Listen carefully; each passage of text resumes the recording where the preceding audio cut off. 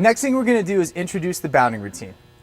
A couple of things that are extremely important when teaching your athletes how to bound. Number one, posture. You want your athlete to be in the correct position. You don't want them leaning too far forward. You don't want them leaning to the side. You want them in a very simple, upright posture. Secondly, you want your athlete to focus on keeping their knee up, their heel up, and their toe up in dorsiflexion, exactly the same way that you teach in your sprint mechanics. It's very important that your athlete has a proper foot strike in their bounding routine. A lot of times athletes will let this toe dangle and strike in what we call a negative manner.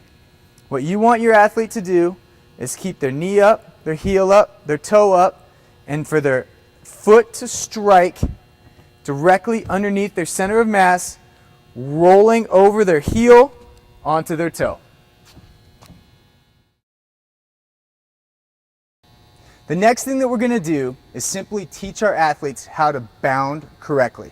I'm going to teach you the bounding routine that we use here at Arkansas. We're going to start very simply from a standing start, all right, and take you through the sequence of bounds that we do, combination bounds, single leg jumps, all those different things into what we call our bounding routine. Then we're going to progress and try to do that same thing, carrying a little bit more speed into our bounding. Okay? A couple things that I want to point out in our bounding. It's the same concepts and principles as we use in our sprinting. We want to have good posture, all right? We want to keep our knees up, our heels pulled up towards our rear, and our toes up in dorsal flexion. All right?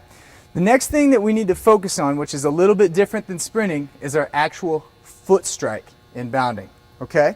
Our foot is going to strike underneath of us, but we're going to lead with the heel. All right?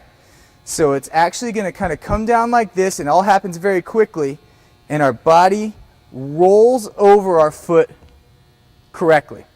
It's very important that your athlete learns this proper foot strike in order to be efficient in the triple jump and to avoid injury.